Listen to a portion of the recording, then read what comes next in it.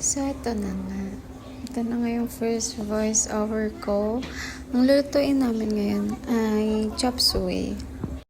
For the ingredients, ayan lahat. Ipopost ko na lang to sa comment section.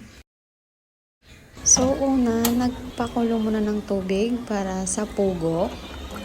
Habang nagpapakulo tayo nito, maghiwa muna tayo. Hindi na namin pinakita yung paghiwa, kasi dami. Ayan, pagkakulo, iset aside palamigin. Ito na, isa lang ang kawali at ilagay ang manok. Okay lang yan, kahit walang mantika kasi magmamantika naman yung manok. Pero mamaya lalagyan yan. Wait ka lang. Olive oil. Asin pampatanggal ng lansa. At paminta.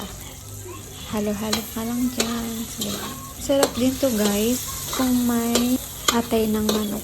Kaso iwas-iwas na tayo dyan. More on gulay na lang talaga. Tas okay na tong ganyang chicken. So nag-add siya ng butter. Pero optional lang yan ha. Pampadagdag lasa. Ilagay ang kikiam. Halo-halo. Sesame oil. Mala Chinese style na. Halo ko lang din i-add ng mushroom. Oh, magic. Pampalasa. Halo lang. Ilang gulang, halo mo lang. Alam niyo guys, fact lang. Si Arjan talaga yung lagi nagluluto. Kahit ako yung HRM. So ayan, yung sibuyas, bawang nilagay. Lunya lang yan, syempre. So ayan, after nang walang katapusang paghalo, maglagay na ng tubig. Pagkakulo, isunod mo na yung oyster sauce. Alam nyo guys, hindi talaga kami makapag-video ng tahimik. Kasi syempre, 3 bata yung kasama namin. Di rin pwede may sounds kasi makapiright. Paminta ulit. Pagkakulo, ilagay na yung matitigas na gulay. Like ng carrots, sayote, saka yung parang beans.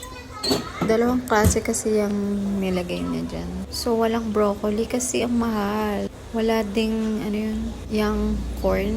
Kasi mahal din yun. Yan, halo-halo lang siya dyan. Sige lang, baby ko. Haluin mo lang yan. Pagkakulo ulit, ilagay na yung celery. Sarap yun. Pampadagdag ng lasa yan. Ito yung cornstarch mixture. Pampalapot. Tubig lang yan, tsaka cornstarch. At isunod mo na tong bell pepper. Okay, ito na yung pinakalas na gulay. Baguio pechay. Pechay Baguio.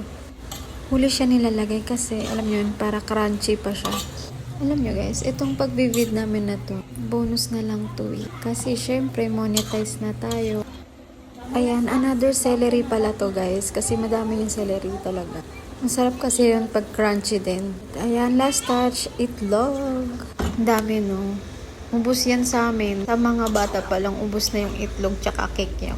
Okay, go montage!